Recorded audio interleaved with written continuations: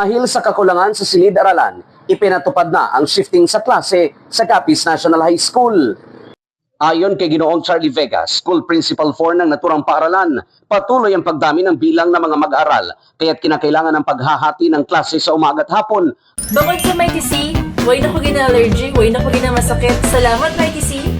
Lalo na sa grade 9 hanggang grade 12 upang masigurong lahat ay may maayos na lugar na mapapasukan. Sa ilalim ng shifting scheme, may mga estudyanteng papasok sa morning shift habang ang iba naman ay sa afternoon shift.